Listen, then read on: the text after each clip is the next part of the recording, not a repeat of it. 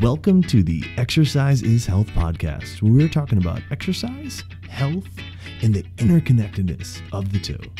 We are your hosts, Charlie and Julie, and we will be coming to you every single week from our studio, Muscle Activation Schaumburg.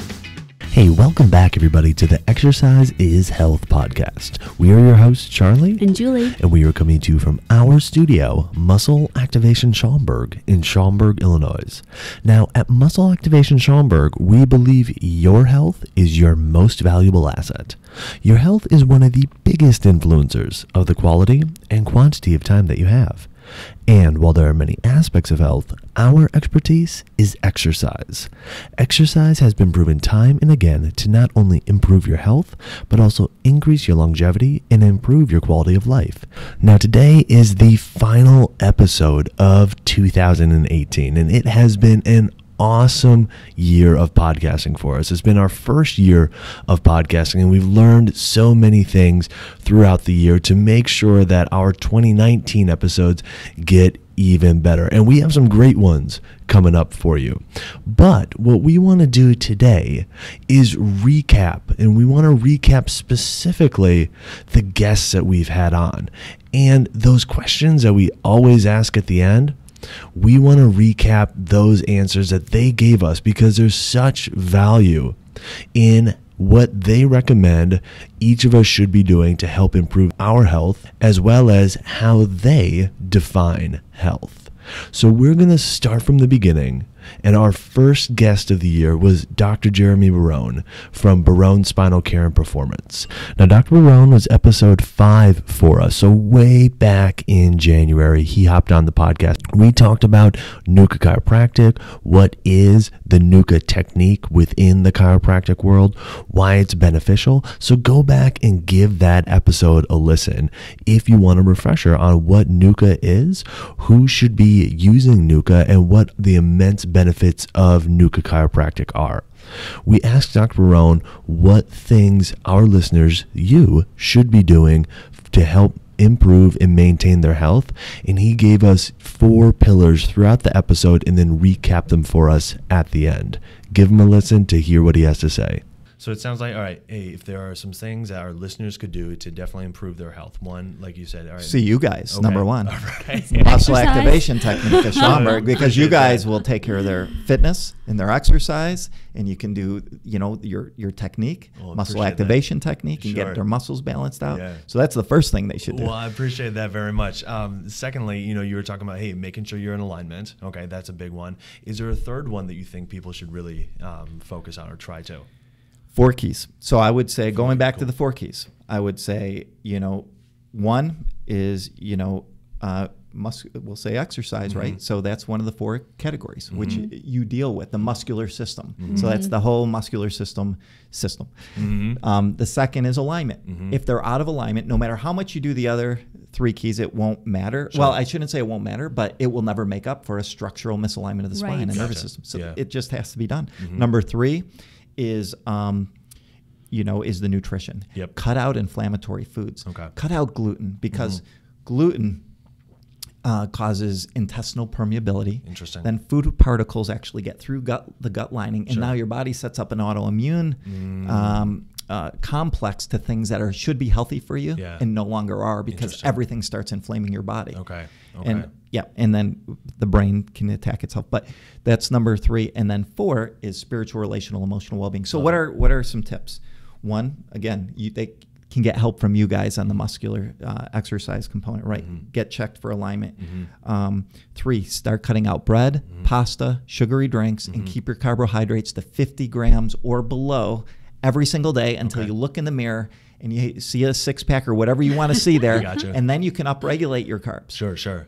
And don't choose nutrient deficient carbs over nutrient dense carbs for your 50 grams, because that's just not smart. Right. And then last is being intentional on your spirituality, your relationships, and things like that. I invest thousands of dollars over the last probably 10 years in seeing counselors, not for crisis, but for actually optimal functioning. Most people don't think of it like that. Don't think of that. Personal development. Yeah. I've spent hundreds of thousands of dollars, and that is not an exaggeration, on personal development and coaching and mentors. Hundreds of thousands of dollars over the last 10 years. Right. Why do I do that? Because I want to function optimally. Sure. You know, every day I like to read something spiritual.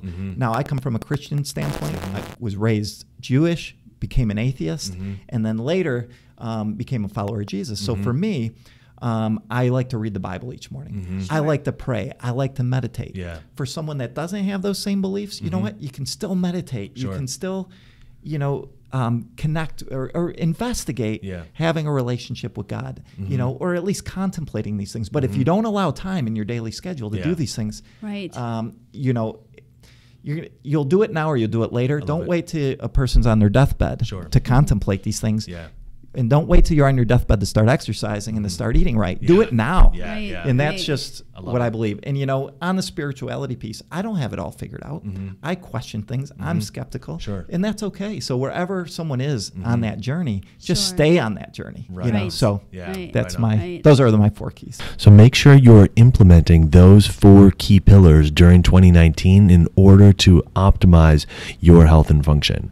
Now, our next question for Dr. Rohn is, what is your definition of health? Ooh, that's good. I'm not prepared for this, but maybe I am.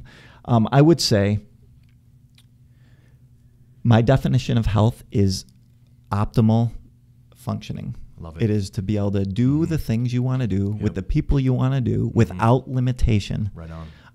Love it. That would be Right on. what comes to mind. Now, our second guest of the year was Nicole Monier, and she was back in February on episode 8, during which we discussed the importance of gut health. So listen to what Nicole says you need to be doing in order to maintain and improve your health and function.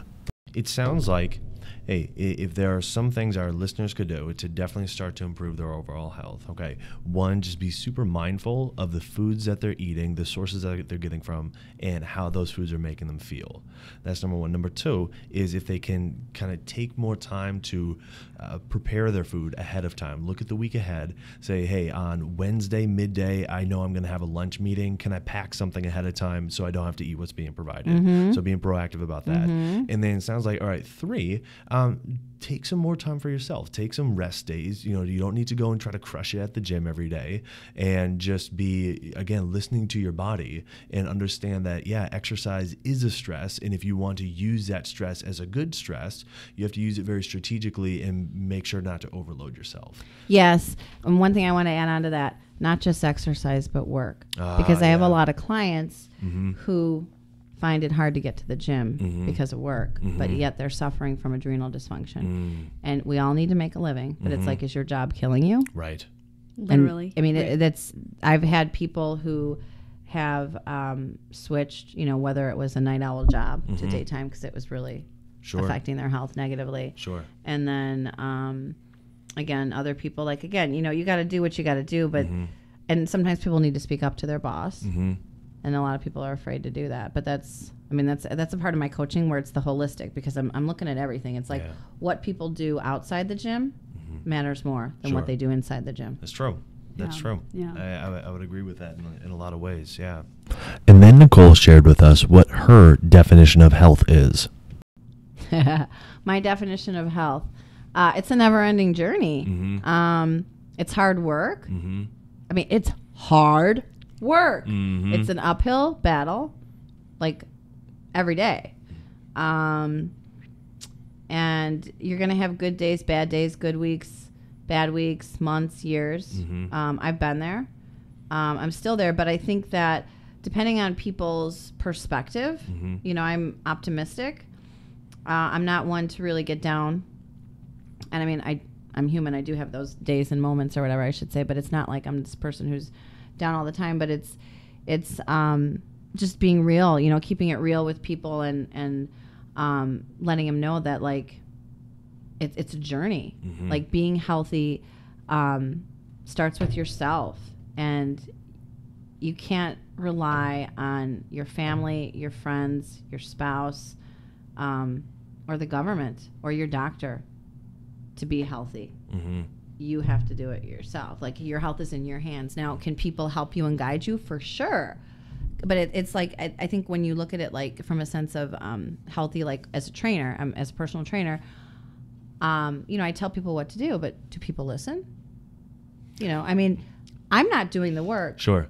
They have to do the work. Right. So when my clients are like, oh, I couldn't do this without you. And, it's like, it's great. I mean, it feels good. I was that person in their life to help them make those changes. But you know what? I didn't do the work. Right. They did it. Yes. It's like the same thing when in my book, some people have wrote some like, I don't know if you want to call it testimonials or whatever. I have client testimonials, and then I have interviews with like certain people that my publisher interviewed, and he interviewed my doctor. And my doctor goes, most people can't do what Nicole did. It's really hard. And that's not to discourage anybody, but like people don't realize it's hard. So when people are like, and they want to give up, it's like, okay, don't give up. Take a break. Take a break like you need to do in life with everything. Take a break, and when you're ready, come back and do it again. Yeah. Yep. So, but being healthy, like I said, it's just a never-ending journey. That's it. In March, we interviewed Mike Koziel from Whole Health Acupuncture in Elk Grove Village, back on episode 12. Give a listen to what Mike says that you should be doing in order to maintain and improve your health. Okay. Well, a lot of times I recommend for my clients, starting to learn, if they're not going to do Tai Chi, at least some real short, quiet meditation, even 5 minutes, 10 minutes, just laying some basic breathing exercises.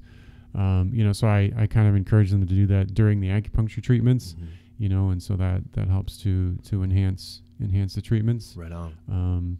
And let's see. I mean, I try to get everybody to have as little sugar as possible. Sure. I think that's a reasonable recommendation for sure. Yeah. I mean, if you're drinking soda, just stop. Yeah, right? Exactly. Just stop it. Just stop. Exactly. Yeah. I mean, that's not to say, obviously, that occasionally as a treat. Sure. I have one on occasion. But I was lucky. I went to France when I was 15. I stayed with a family for a month. It was an exchange program with my school. And they didn't really have any sodas there. And I came back, and I just lost the taste for it. Interesting. Yeah. Wow. It was pretty amazing. Yeah. And I mean, that's, like I can't even finish like a can of Coke or something. Sure. A few sips, and I'm like, whoa, this is Yeah, way right. too much. But yeah, so I mean, that's a big thing too, and so, being real careful with the overindulgence in sweets is huge. And let's see, that's 2. What else?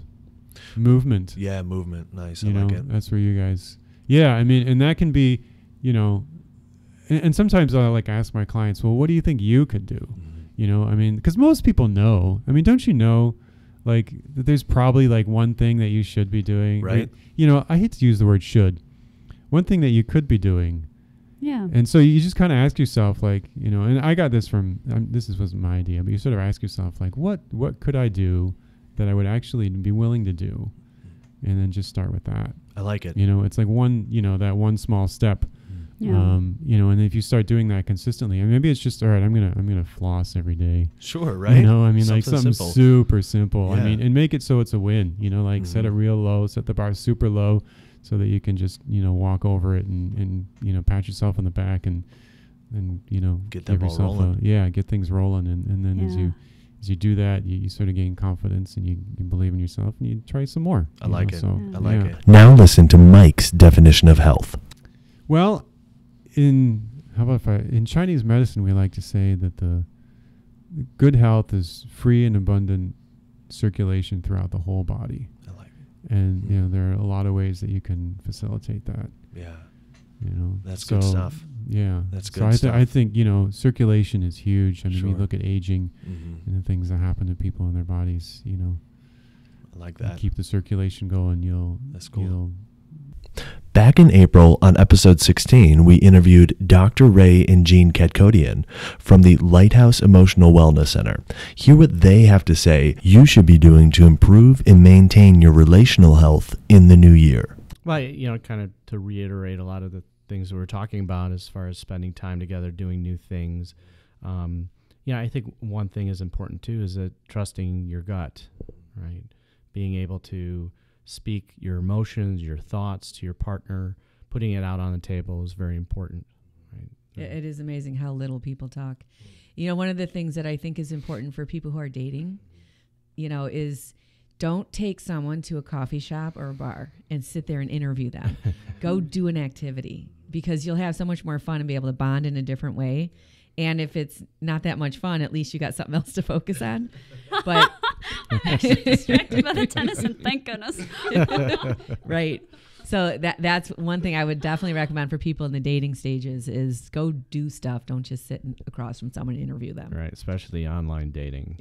Now listen to hear how each of them define health. So I think that health is not about absence of disease. It's more like if you take a stress test, you know, they don't care how fast you run or how far you run. They care how quickly you can recover from stress.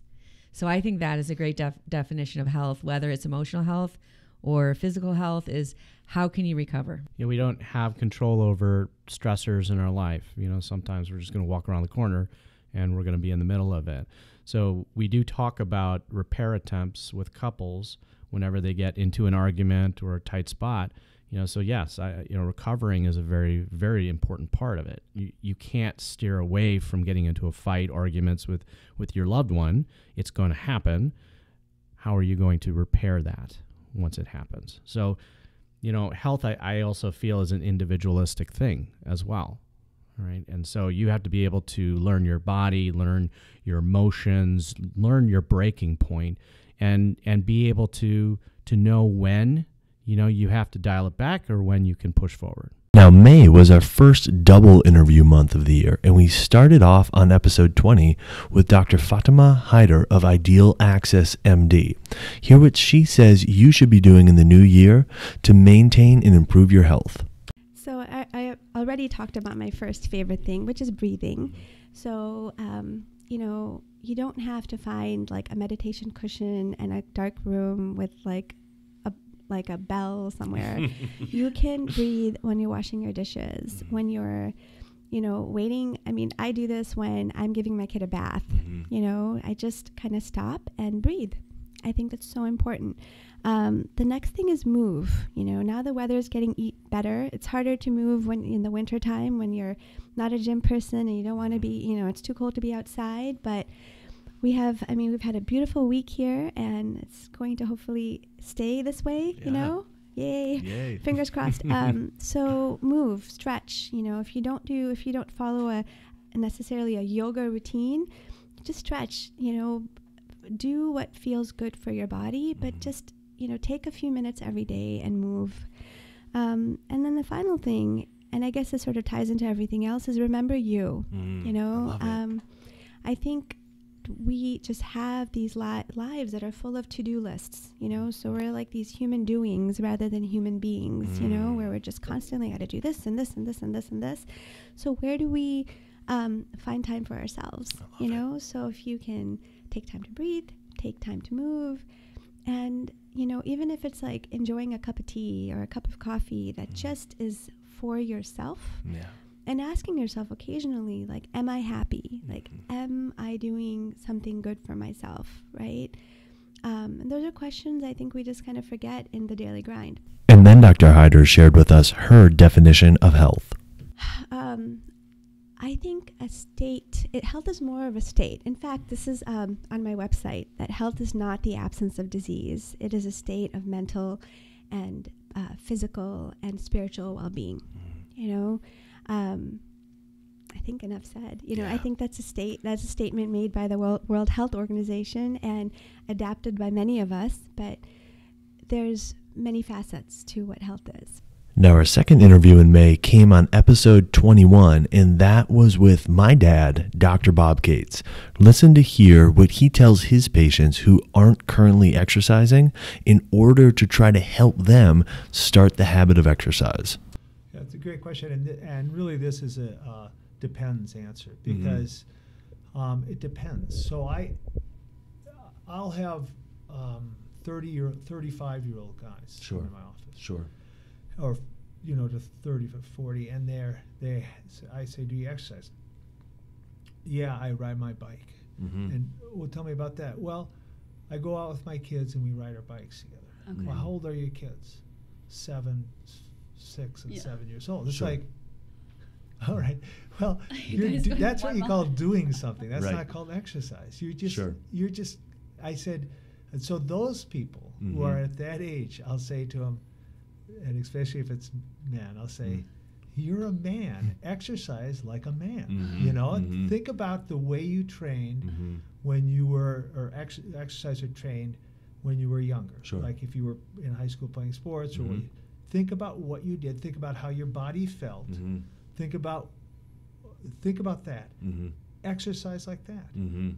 Start slow, but get your body stronger so you can make yourself breathe hard and sweat and get your heart rate up for periods of time. Right. That's what you want to think about. So for a person like that, I'd say, get a better bike, start biking a little bit more, and start going on hills and biking up hills hard, and, and you'll feel your body start adjusting to that.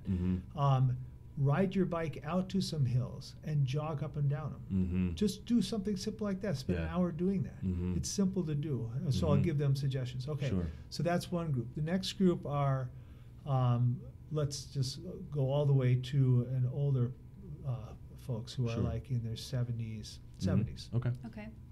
That's a few years from me, but anyway, 70s. And for that group, then I'm just really suggesting walking to them mostly, and trying to do strengthening exercises, and trying to do stretching, and get them to stretch every day. I talk to them about different stretches of their legs, and if they can get on the floor, their back, using yoga as a form to stretch their back and their body, and just core strengthening. Talk to them a lot about that, because I see so many people with back injuries, and trying to teach them what to do to try to get their core strength better, and then talk to them about just starting and just every day getting outside and walking, and just be very consistent with it. We have beautiful paths around where we live. We have great countryside. Just get out and start. So at that age, there, if they're super elderly in a nursing in a group home setting, walk in your facility with your walker, and things like that. But then the middle-aged folks, you know, I just, again, with many times with those folks who haven't exercised for quite a while, and they come in many times quite overweight, I'm suggesting walking and then run a little bit, walking a little, run a little bit, just kind of gradually work up as your body, as you start getting stronger and losing weight, getting outside, doing those kind of things. Besides the strengthening stuff. So that's awesome. Those are the thought process. Give a listen to how he then answers the question, what is your definition of health? So I think health is a perception. It's, you know, we've talked about this some, but if you, there's this notion out there that making life quote unquote easy is good, and I don't know if it is. I don't know if that's very healthy. So health to me is, you know, one of our, if you're not healthy, it doesn't matter how much money you have. It doesn't matter how much other things you have. It doesn't matter anymore. All that matters is that you're healthy. So healthy is a feeling. It's a feeling of strength. It's a feeling of vitality. It's a feeling of feeling good and happy. All right. So those are and then and it's also not just perception, but actual. So I have a lot of people come into my office and they say, "Oh, I'm pretty healthy." And I think, "No, you're not." So because they're not, and they're still smoking, and their numbers are just awful, and you know they're just walking time bombs. I mean, we're all going to pass, right? But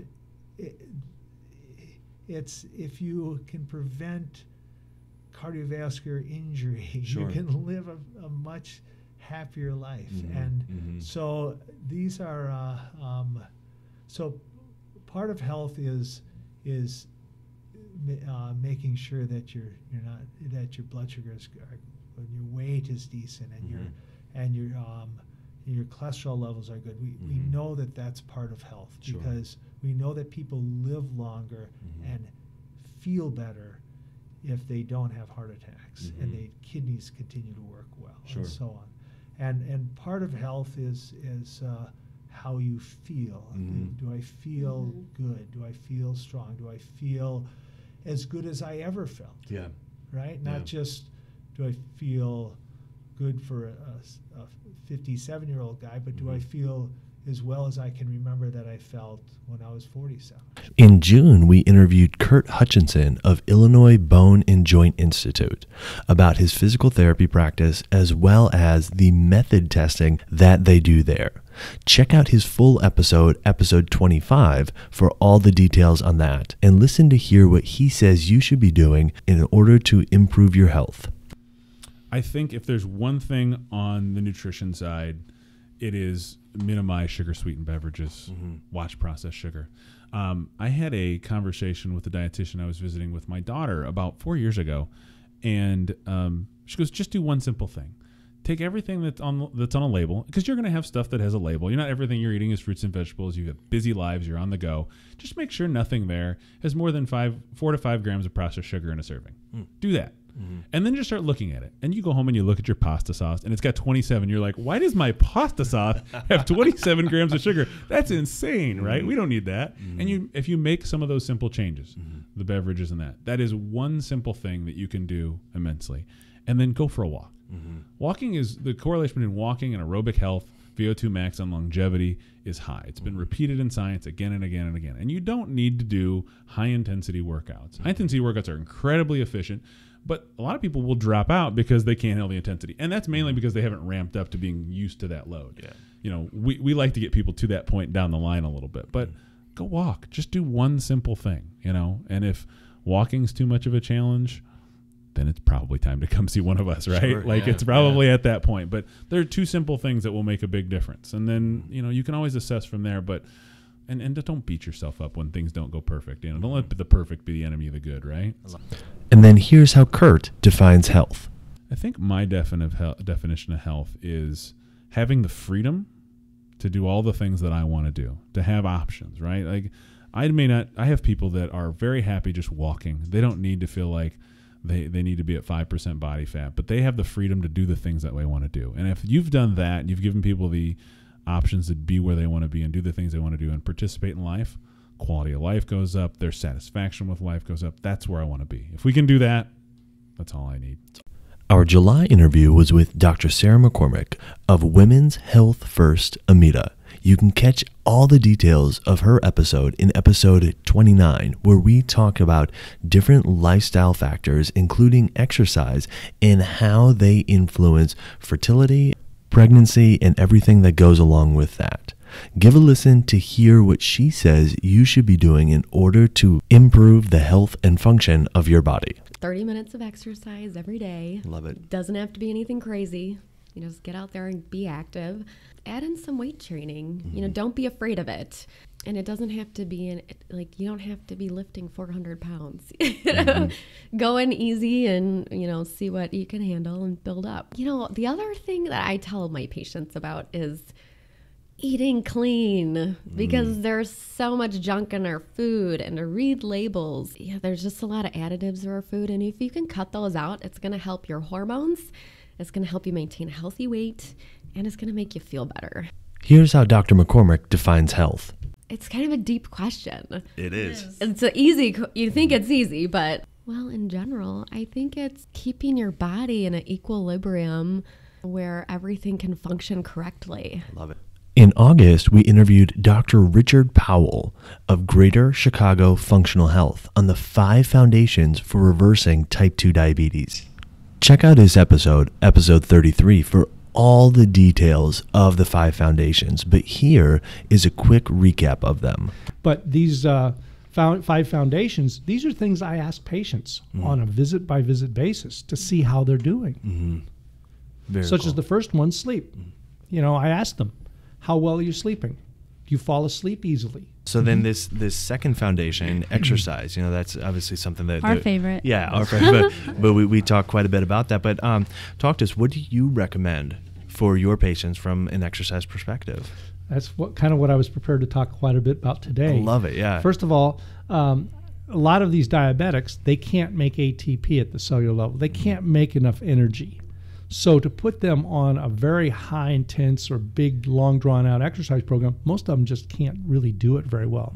I might have them do deep breathing. I might have them just do some walking, some simple walking, until we get their blood sugar stable. And then once we have that, then I start going into some of the more intense exercise. So foundation number 3 you have in this blog post is the microbiome, which on this podcast we've talked about very, very, very little. We've had one guest that spoke of the importance of gut health, but tell our listeners more about the microbiome if they're unfamiliar with it and how it relates, the health of it could relate to reversing type 2 diabetes.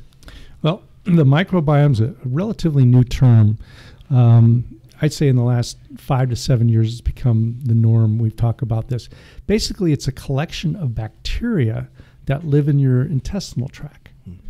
And there's good and bad bacteria. The majority of them, the good ones, they create B vitamins, help us absorb minerals. But they found that this microbiome actually helps create 90% of your serotonin and dopamine. These are neurotransmitters in your brain. That's why we call the gut the second brain. And there's a connection between your brain and the intestinal tract. It's called the vagus nerve. And so the healthier the intestinal tract is, the bacterial in there, the healthier you are. Now, foundation number 4 was oral hygiene. Now, this is very interesting because we're talking about type 2 diabetes. How would oral hygiene or addressing oral hygiene help to reverse that? Well, oral hygiene, remember, we have not only we have a microbiome in our intestinal tract, we have one in our mouth as well. There's bacteria in our mouth, and if these bacteria are not kept in correct balance, they've found that oral bacteria can actually lead to cardiac and heart disease. Gotcha. Now, foundation number 5 was stress management. So what are some stress management techniques or practices that you promote to your patients? Well, we do the testing for the adrenal glands, and that's where we typically will find an imbalance there. So we might use a particular nutrient or supplement that helps with the adrenal function of that. But we need to basically address the what's going on with the stress. So we might have them do some mindfulness, some meditation, maybe yoga, those things, deep breathing. Here's Dr. Powell's definition of health. Good question. Basically, health is the ability for the body to heal itself. Getting to the root cause of the problems that we allow to happen to our bodies, basically removing those causes, the body has a self-healing mechanism. We have this innate intelligence that allows our body to actually recreate itself on a cellular level every moment. You get new lining of your intestinal tract every 4 to 5 minutes. You get new bones once a year. You get new skin every 3 months. Muscles every 5 to 6 months on a cellular individual level. But that's all created by the natural intelligence your body has. That comes from within and grows out. You can't heal your body from the outside in. It's got to be from the inside out. In September, we interviewed Dr. Bikram Dhillon of Physicians Total Wellness back on episode number 38.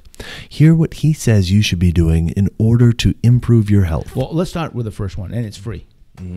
It's stress. It's what we were just talking about. You know, don't let your life be a run-on sentence. You know, let it be punctuated by moments of uniqueness. Let it be punctuated by moments that you either choose or put yourself in a position where they happen serendipitously. You know, I love hiking. Hiking is great, right? Because I will stumble upon something, hopefully not literally stumble, but I will just come upon something that I was not expecting, right? You know, just coming out and seeing that rainbow, stopping, pulling over and just enjoying it, right? We just drive by and we're like, okay, that was good, now we'll do this. Sure. That was the joyful thing of the day, right? So the first thing is stress. Minimize try to come to a resolution between things that seem to be conflicting in your life, so that you can actually help to resolve them. And if you need help with that, get help, because that's going to be the biggest value for you, is to minimize your stress. Right. The second one I would say is really get familiar with gut health. Gut health is something we haven't really talked about, spent a lot of time talking about it. And you're going to be hearing more and more about it in the decades to come, because people are just starting to understand it. People are just starting to understand the significance of it. And so something I spend a lot of time talking about in the office during a consultation. Awesome. Inflammation and gut health. Very cool. And the third thing is, I would say, get data. Get measurements. Even if you're not going to do anything with them, just have the measurements. You never know that you may not want to do something today, but it sits in your mind. You say, I've got to get back to that. I've got to do that, right? Sure. But I would say get measurements. Get your hormone levels checked. Get your blood levels checked. Get your inflammatory markers checked. Get these things checked. Now, this is how Dr. Dillon defines health. Now, the question that we always end with, and that you kind of answered earlier, but I want you to touch on it again and expand on it, is, what is your definition of health? And how you brought it up earlier is the ability to live your life to the fullest that you can. Now, how would it, that is, I just love that statement. I love that perspective. Can you expand on that? And what does that mean to you? Yeah. So, Charlie, I think most people consider health the absence of disease. And I think that's the traditional concept. You ask anybody, well, I'm healthy, that means I don't have a disease process. Right. But as we were talking about earlier, just because you got a checkup doesn't mean you're okay. So if you really want to know that you're not having the potential, really the question is, look, anything can happen at any time. Sure. We're talking about probabilities, and how do you minimize the probability of a disruption to your life from a disease standpoint, right? Then the answer is get the information, be as fully informed as you possibly can, to the extent that you want to make decisions about. Yeah. If you don't want to make decisions about things, then don't look for the data. But if you want to make decisions, you want to be proactive. To the extent you can be proactive, then get the data. Sure. Find out what's going on below the surface that you might need to attend to, right? If we find out that you are pre-diabetic, right?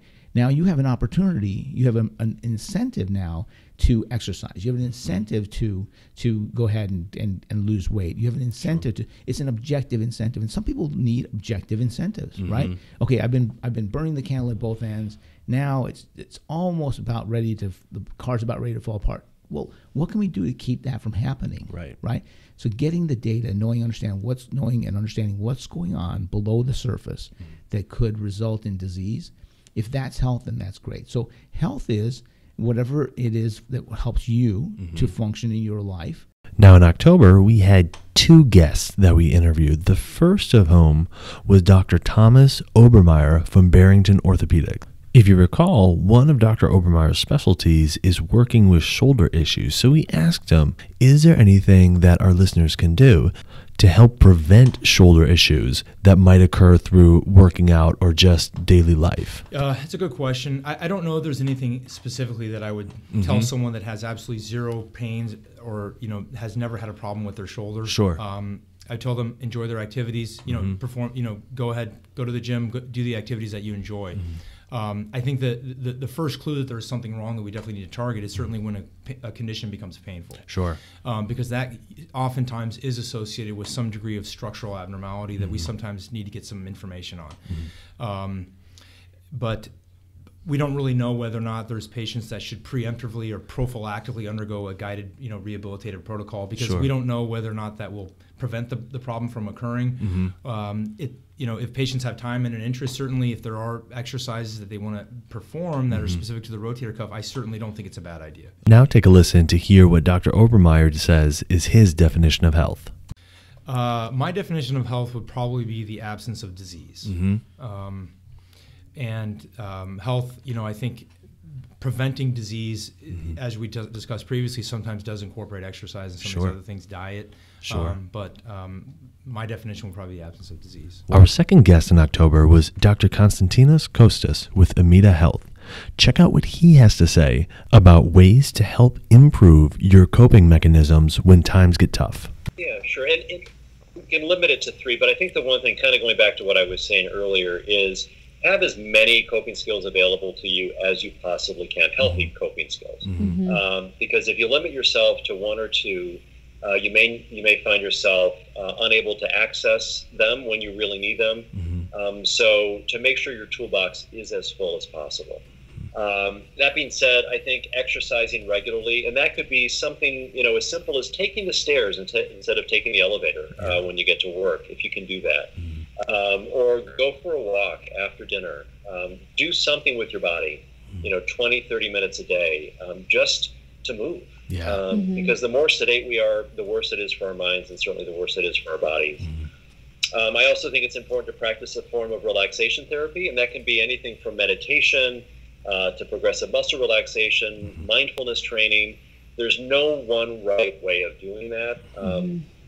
But a book that I still hold true is The Relaxation Response, written by Herbert Benson. And he argues that as long as 4 key elements are achieved, and that includes quiet environment, a number of things, you will reach the relaxation response, which is good for your body. So doing that, and then find something to laugh at every day. Not someone, but something. Some humor in life, because life is short, and there's enough chaos in the world right now that we need to find ways to make ourselves feel good emotionally.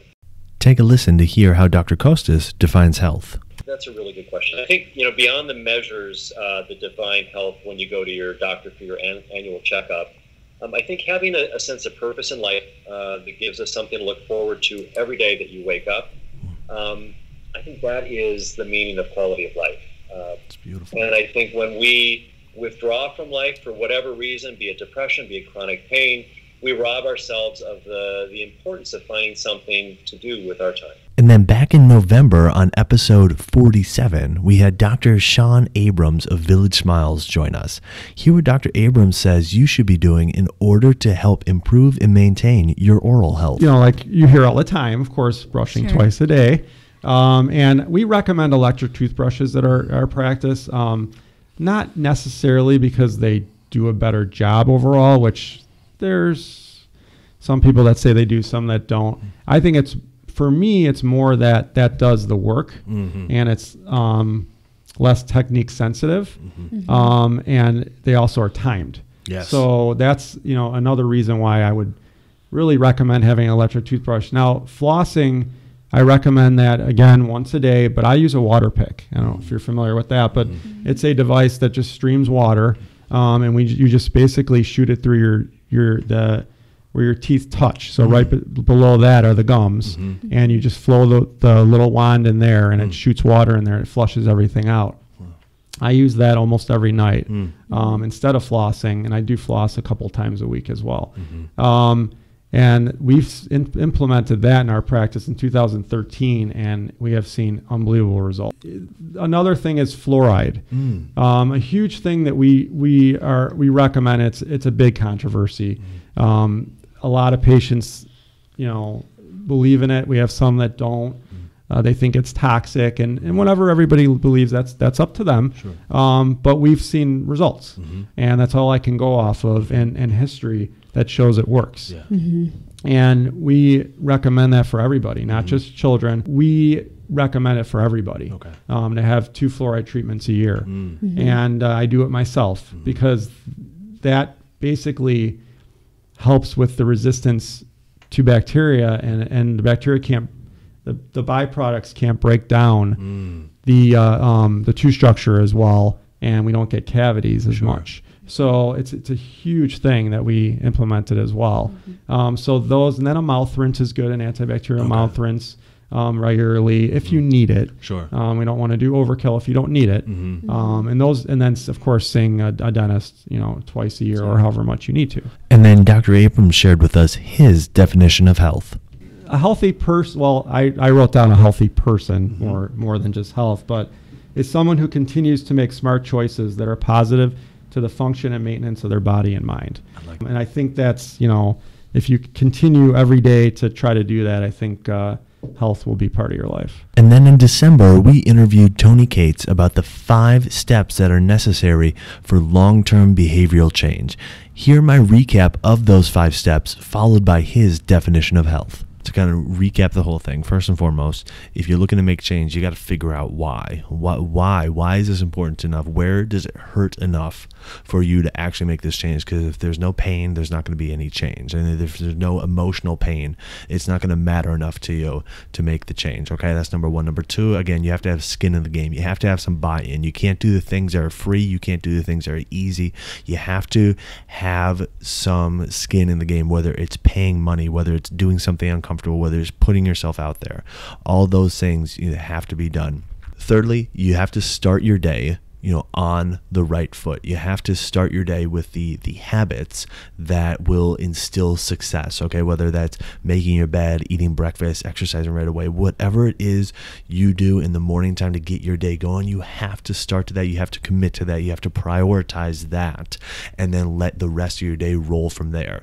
You have to put yourself in the environment that you are surrounded by people that will uplift you, that will support you, that will help you get towards your goals. And this is like we talked about, one of the beautiful things about social media and how you can use this tool to connect with people that are like-minded and that can help support you on your journey and getting those habits in place and keeping those habits in place. And then ultimately, you have to focus on the things that you can control, because there's so much that goes on in your life that you flat out cannot control. And if you're worried about that, you are missing your opportunity, because your opportunity lies in the things that you can control. So you need to control those controllables. And that's a really, really big thing. So our final question that we wrap up with is we ask all our guests this: what is your definition of health? My definition of health is basically resiliency.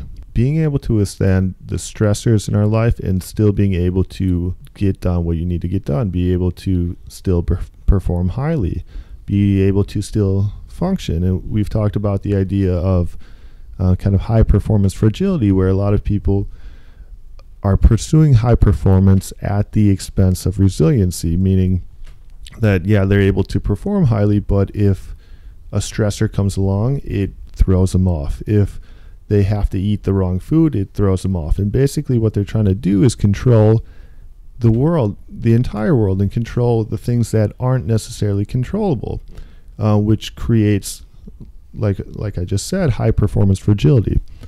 So we've talked about the concept of anti-fragility, where basically if things get hectic, or if there's stress, or if there's pressure, you actually get stronger and you get more resilient.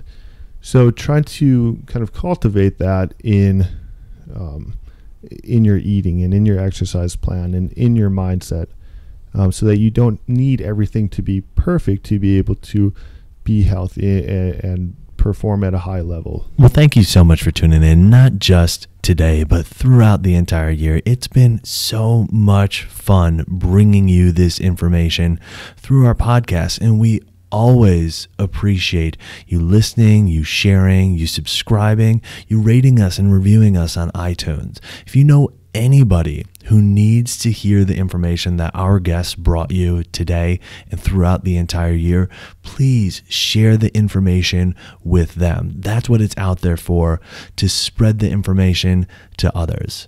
Well, we hope you've had a fantastic holiday season. You are ready to rock and roll come 2019. We have some huge things planned for you, not only on the podcast, but outside of the podcast, that we are really excited about. So if you are listening to this prior to Friday, December 28th, you have to check out the Facebook Live and the Instagram Live we're going to be doing at 12:15 Central Time, because we have a huge announcement that we're going to be making. We'll have a fantastic week, and we'll talk with you all next year.